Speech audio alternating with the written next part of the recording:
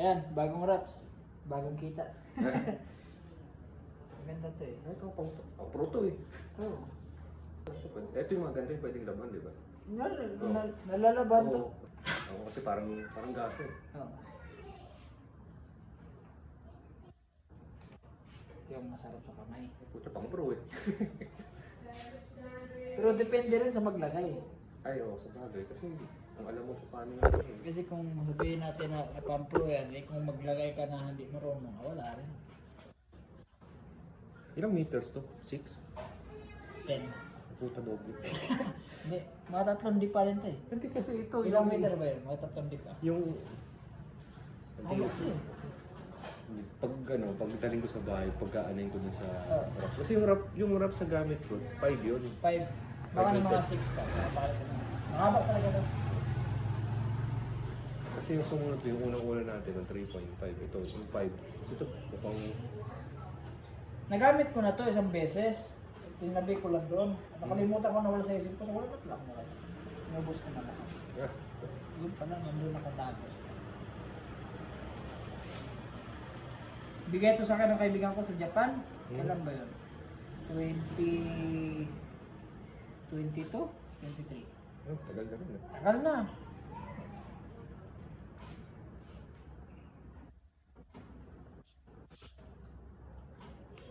Kung matagalang tali na ito, liliit na liliit. Parang umuurong kada laba. Parang Oo. gano'n. Hindi, pag tinupi mo siya, dapat unatin mo siya ng pag ganon. Yan, pagilid. Kasi kung ganon yan eh. Unatin mo siya, ginagawa. Pag ganito, pag ninatabi. Oo. Tupi mo na siya, pag wala kang ginagawa. Kasi abala to. Oo, kain na oras to eh. Pag baguhan ka pa magtupi nito,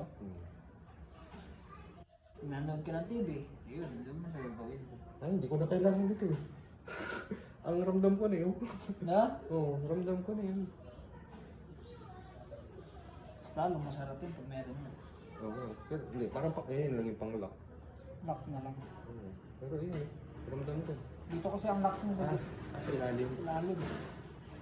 Ang pinaka-safety yung tali, doon talaga, dito talaga. Ito kasi ito yung gumagano, ito yung nagaganon. Sakto lang dito. Oo. Sabi ganun no? Tawag-tawag. Ang dami naman yan, sana-sana. Hindi ko na sa kanya link yan, hanapin ko lang yun. Hindi ko nag-iisa ka ng link yan eh. Nahanap yung pangalan na wala na.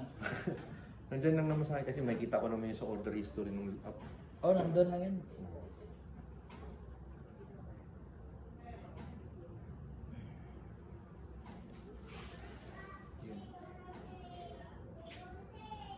Ginawa dito eh, sayang. Gulo ko kami dalawa ni Coco sa bahay. Wala na, umuwi na naman. Uuwi na sila sa 3 eh. Yung isang aso ko, uuwi na kapatid ko, ibabas eh. Ay, uwi na yun? Oo, sa 3 din. Saan daan yan? Tama, bus. May bus na biyahe sa Samar na dumadaan nyo ng Southwood ah. Silver Star. Ha? Silver Star yung yata eh. Hindi Kasi, ko kasi yung sasakyan ni Paolo yung kapatid ko sa sa San Pedro, Laguna. Nakatid ko sa doon. Sa biyahe Bacolod, Davao. pag yung Davao, sa amin din daan yun, sa Samar. Tapos, Baka doon mo siya ihatid din sa Southwood, hindi, sa ano siya, San Pedro. San Pedro talaga. Mga ano nga eh, kuyatan nga yun. Kasi papasok na ako ng Agos. Madaling araw, hatid ko naman sila umat sa airport. Oo. Pagod na sa airport, alas 9 na umaga, kapatid ko naman sa ano, sa San Pedro.